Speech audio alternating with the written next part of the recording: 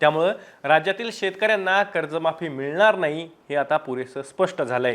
जे सांगितलं म्हणजे निवडणुकीच्या काळात जे सांगितलं ते प्रत्यक्षात येत नाही असं म्हणत अजित पवारांनी अर्थसंकल्पातील तरतुदीची जाहीर सभेत उजळणी सुद्धा केली। पवार म्हणाले, पीक कर्जाचे 31 मार्च पूर्वी पैसे बँकेत भरा। जे सांगितलं ते प्रत्यक्षात येत नाही, त्यामुळे परिस्थितीनुरूप निर्णय घ्यावा लागतोय। या वर्षीचे आणि पुढच्या वर्षीचे पीक कर्ज वेळेत भरा असंही अजित पवारांनी शेतकऱ्यांना स्पष्ट सांगितलंय।